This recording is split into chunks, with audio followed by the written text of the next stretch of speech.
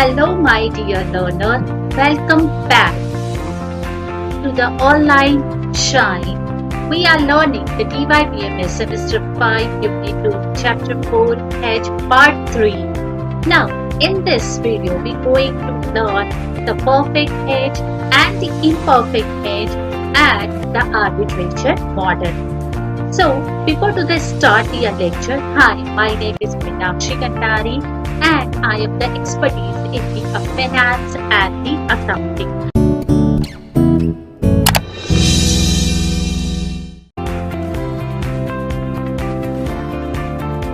So let's start the perfect hedge. What is the perfect hedge?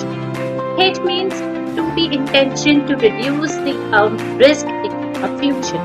So the perfect hedge is the goal and achieved when the price uncertainty is fully eliminated and the agent knows for the certain what the future cash flow will be. So it means that the perfect hedge perfectly know that a future cash flow or futures taking the long or the short position. So the uncertainty means what the risk. We can say the uncertainty happen or not happen. The price will be eliminated and we perfectly sure that the future cash flow will be loss or the gap.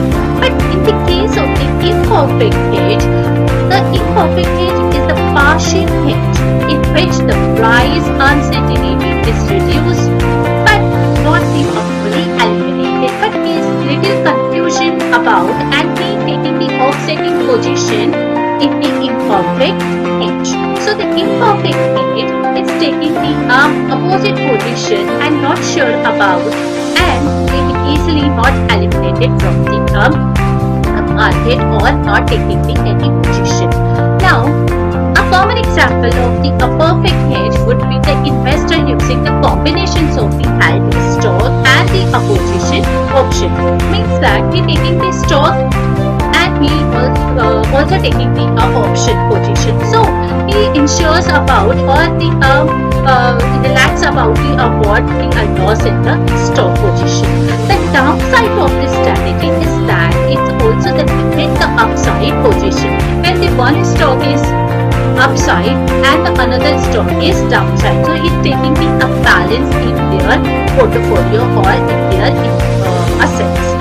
And moreover, we can say that there is the cost of the maintaining the hedge that goes over the time. So the even when the perfect hedge can be the constructed using the option future in other derivatives, investor use them for the defined period of time rather than to be the ongoing protection. It means that there is the cost of the, this is one of the limitation that the hedge, in the hedge situation, there is the cost is very high. So perfect hedge will be doing very strictly the option and the future or whatever the other derivatives the investor define. Yes, मुझे इतने period तक option रखना है, इतने period तक मुझे future रखना है और इतने पीरियड तक मुझे अदर प्रोटेक्टिव डेरिवेटिव्स और अंडरलाइंग असेट रखना है. तो वो उनको प्रोटेक्ट नहीं करता, वो डिफाइंड पीरियड तक तो उनको सेव करता है या तक वो फ्यूचर कॉन्ट्रैक्ट के लिए लॉक करता है. Now we can say that as we learn the previously the perfect hedge, so it can be to remove the price risk for the seller and buyer in the spot market. So the risk of the seller in the future market and the buyer in the spot market. A perfect hedge will assume that the spot in the financial market and move exactly in the tandem and the price in the both markets are perfectly correlated. वो इतना smart होता है, वो इतना अच्छे से predict करता है कि जो if we want to be a buy in the financial market and to be a selling it perfectly, that is to be correlated. कि मतलब yes, एक तरह से उसने क्या किया, स्पॉट से खरीदा और फ्यूचर में बेच दिया. So which remain the case basis the differences between the spot and future price stay the unchanged. There is a no changing in the spot spot price and the future price. तो इस तरह से इसको क्या करता है, balancing और correlated करता है। However, this assumption that is not very realistic. The spot and the future market price are to be highly correlated, or we can say it is the parallelism. But the correlation is not the usually perfect and basic changes over the time. In the case the hedging is still effective, but it doesn't eliminate the price risk. Now, this is assumption that it is not realistic. ऐसा नहीं होता है कुछ भी, वहाँ पर price risk बना ही रहता है, चाहे परफेक्ट हो चाहे इम्परफेक्ट हो। So the hedger is gain and losses in the spot market or the future market are not fully offset, and the hedger will be end up with some gain or losses. So it is not completely कि वो correlated कर पाता है। That time पे वो क्या करता है, अपोजिशन पोजीशन दे देता, ऑफसेट पोजीशन दे देता है, और वहां पर ही कुछ लॉस और गेन करके that he did that position or that hedging position. So this is called the imperfect hedge. In fact, there are some confusion between what the certainty of price in the future and the spot. So there is imperfect hedge. So note that the gain or the loss of the hedging will become much less than we are not utilizing the hedge. So there is not कि आपको gain होना है या loss होना है, कि आपको अपनी positions को secure रखना है। I want to lock my prices not for the gain and not for the loss. So let's be quickly talking about why the hedge are the imperfect. There are the two ways. That is, first is about, yes, they are not sure about the spot price and the future price. They are not really correlated while they balancing the price. So since the exchange rate, the derivatives have the specified contract amount. If the amount that we wish to be the hedge is not exactly the some multiple of the contract size, so we must be choose to the either under hedge or the over hedge. So if the amount or जो contract size होता है, if it is not matched, the contract size, the size contract, for example the 500 contract size or 1000 is contract size, if it is the amount of the that is specified contract is not mentioned, then the hedge taking the uncertainty position or offset position. So he has an option that the under and the overhead. So in the previous chapter I also mentioned that what is the overhead.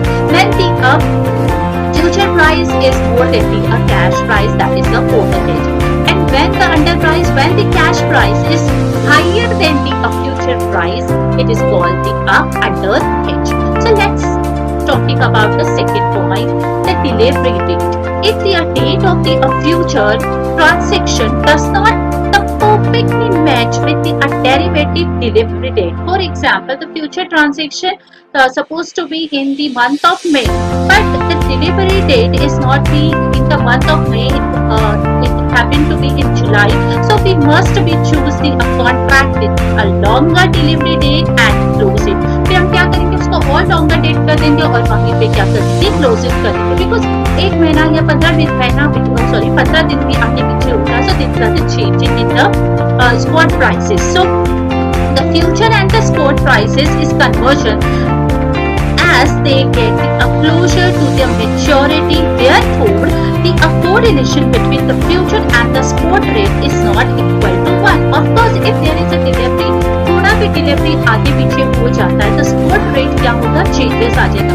Future का rate तो हमने decide करके रखा है, but the spot rate have to be a changes if there is a change in the delivery date. So the one year early or at the earlier delivery date and the remaining the unchanged for the period of the time. तो इस तरह से वो क्या करते हैं, या तो अर्ली डेट या तो बहुत ही ज्यादा डिलीवरी अर्लियर डिलीवरी डेट को लोग क्या करते हैं, लॉक कर देते हैं, जिससे जो उनकी जो स्पॉट और फ्यूचर प्राइस होते हैं वो रिमेनिंग अनचेंज होते हैं.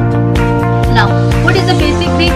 Again, we already learned in the basic phase.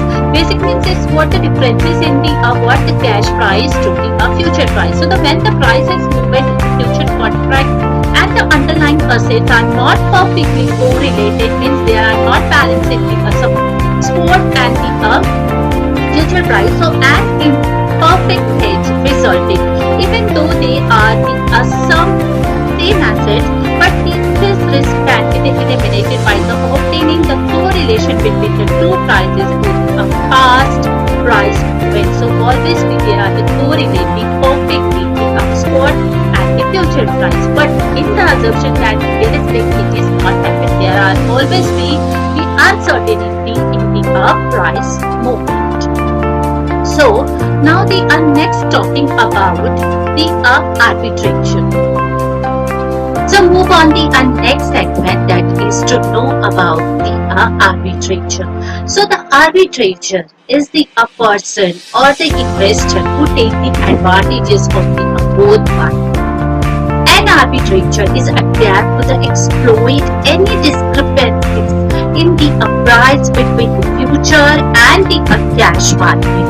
An academic arbitrator is the risk-free transaction consisting of the purchasing an asset at the price and simultaneously the selling it at the same assets at the higher prices, so generating the profit on the differences. So the arbitrator take the advantages of the both market. One market he can be a sell, or the another market he can be a buy. So the buy in the cheap rate and the sell in the higher market. So it is called a risk-free transaction. For example, the riskless arbitrator scenario for the IBM stocks trading on the NYSE, the New York Stock Exchange, and the Pacific Stock Exchange. There is an assumption that there is a perfect future market. Perfect future market means there are the uncertainty of the price and easily eliminated from the market. And the second is there is a no taxes, and the third one is the no transaction cost in the arbitration market. And the third one is the commodity can be the sold short. All the commodity can be the sell. Now, if you take the arbitrator is buying the $105 price from the IBM and Pacific Stock Exchange market and sell them in the New York Stock Exchange market, that is the 110 rupees. So there is the gaining of a risk-free profit, that is the 5 rupees. So arbitrator buy from the Pacific market and sell that same stock in the New York Stock Exchange in the 110. So it is the profit of 5 rupees.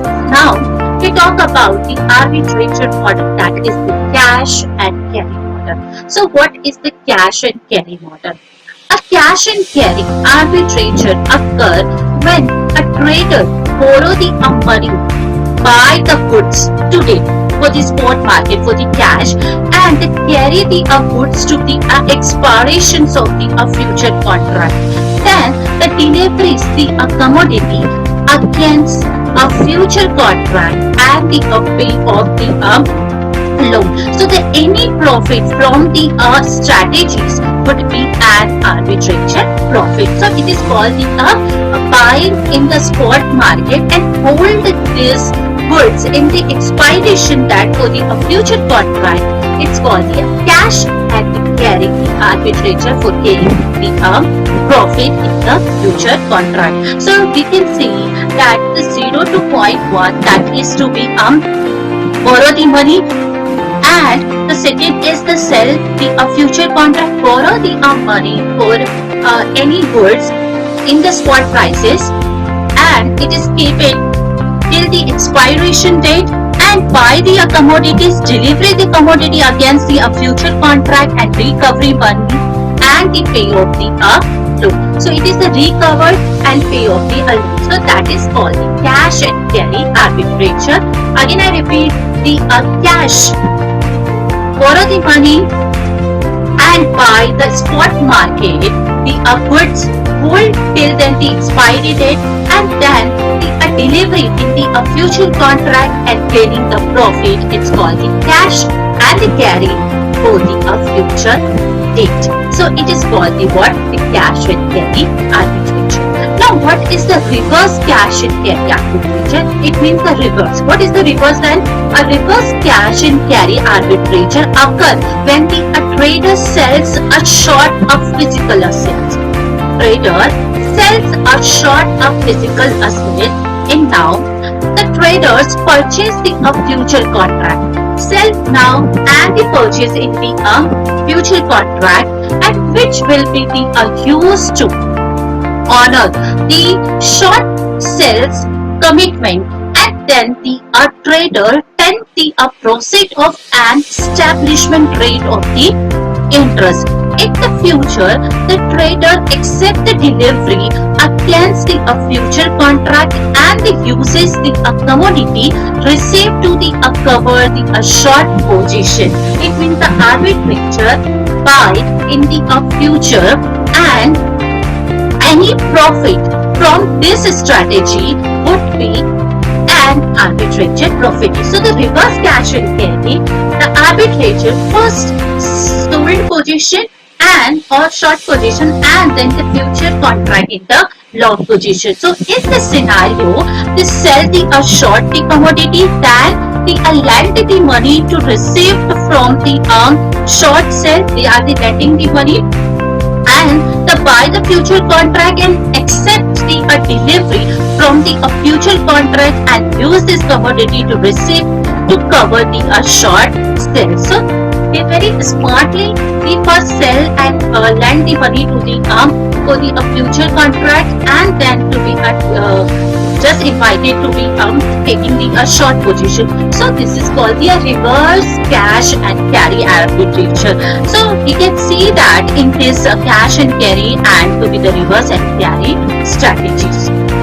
So here is the detailed explanations of the arbitrator model, that is the cash and carry arbitrator and the reverse cash and carry arbitrator. I hope you understand, and my dear student, if you have any doubts, you can come with me or down. So thank you so much for the listening.